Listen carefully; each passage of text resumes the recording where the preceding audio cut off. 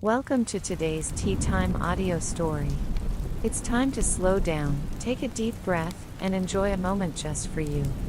As you sip your favorite tea, let your mind drift into the world of stories, where imagination comes alive and anything is possible.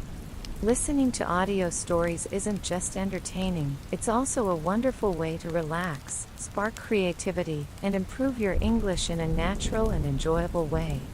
Stories have the power to transport us to far-off places, introduce us to new characters, and remind us of life's little lessons. So whether you're here to unwind, learn something new, or simply enjoy a quiet escape, this is your time. Get comfortable, let your worries melt away, and allow today's story to take you on a journey. Let the magic begin.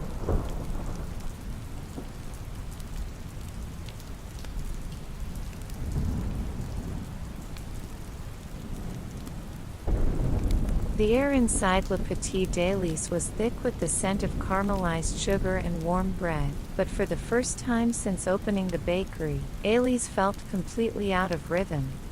Her hands moved mechanically, rolling out dough, but her thoughts were tangled, replaying the kiss with Adrien over and over in her mind. What had she done? More importantly, what had he done? After their kiss, Adrien hadn't said a word. He had just looked at her, his expression unreadable, and then, with the same calculated control he always carried, he had stepped away and left. No explanation. No promise of what came next. Just gone. The frustration bubbled up inside her, making her press too hard into the dough, causing it to tear. She let out a sharp exhale, wiping her hands on her apron as Camille entered the kitchen, sipping on an espresso like she had been waiting for an update. "So," Camille began, her voice slow and expectant. "Are you going to tell me why you look like you're about to throw that dough at the wall?" Elise groaned, throwing her rolling pin onto the counter. "Because Adrien Laurent is infuriating." Camille grinned, unfazed. "Well, that's not new. What did he do this time?" "He kissed me," Elise started, then stopped, correcting herself. "I kissed him." Camille's eyes widened. "Finally." "But then he just left," Elise snapped, throwing her hands up in exasperation. No words. No reaction. Nothing. Camille pursed her lips. "Okay, that's not ideal." "Not ideal." Elise shot her a glare. "It's worse than that. It's..." A sharp burning smell hit her nose, and her stomach dropped. She turned abruptly toward the oven, realizing too late that the batch of tarts she had put in had been forgotten. With a muttered curse, she yanked open the door, pulling out the tray of ruined pastries. The once perfect golden crusts were now charred, a bitter reminder of how distracted she had been. Camille let out a low whistle. "Oof. I don't think even I can lie and say those look salvageable." Elise groaned, setting the tray down with more force than necessary. "This is all Adrien's fault." Camille smirked. "You're blaming the man for your burnt pastries now?" "Yes." Elise huffed, crossing her arms. "If he had just said something, instead of disappearing like a coward, I wouldn't be standing here ruining perfectly good pastry." Camille studied her for a long moment, her teasing expression softening. "So go talk to him." Elise frowned. "Talk to him?" "Yes," Camille said, as if it was obvious. "Instead of burning more tarts while brooding, go find him and make him explain himself." Elise hesitated. "And if he doesn't?" Camille shrugged. "Then at least you'll know where you stand." The words settled heavily in Elise's chest. Because as much as she was furious at Adrien, the truth was, she was also scared. Scared that last night had been a mistake. Scared that she had misread everything. Scared that he didn't feel the same way. But there was only one way to find out. Adrian was at his office when she found him, sitting behind his massive desk in the high-rise that overlooked Paris. Unlike the cozy, warm bakery, his office was all sleek lines, glass walls, and impersonal luxury.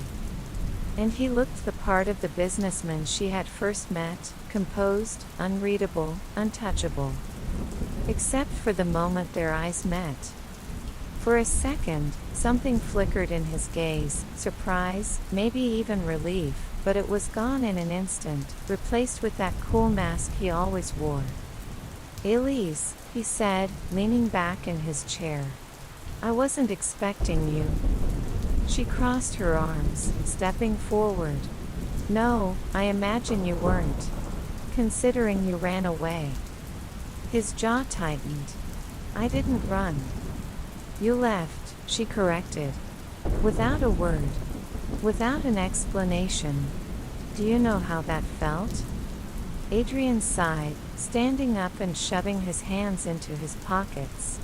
"Elise, it's not that simple." "Then explain it to me." He hesitated, looking away for a moment before meeting her gaze again. "I didn't want to hurt you." Elise's heart clenched. "So you thought leaving without a word was better?" He exhaled sharply. "I don't know how to do this." Her brows furrowed. "Do what?" "This." He gestured vaguely between them. "You. Us. Whatever this is." Elise's anger wavered, replaced with something more fragile. "Adrian. I've spent my entire life planning my next move, knowing exactly what's coming," he admitted, his voice quieter now. "But you make me feel like I have no control. And that terrifies me." Her breath hitched. "Do you think you're the only one who's scared?" He looked at her, something breaking in his expression. She took a step closer. "Because I am, Adrian. I am absolutely terrified. But I still choose this. I choose you. And if you don't, if you're going to keep running every time things get complicated, then tell me now. Because I can't keep guessing where I stand." The silence that followed was deafening. Then, finally, Adrian closed the distance between them in 2 quick strides, cupping her face in his hands. "I don't want to run," he murmured. "I just don't know how to stay." Elise swallowed, resting her hands over his. "Then let me teach you." And this time, when he kissed her, he didn't leave.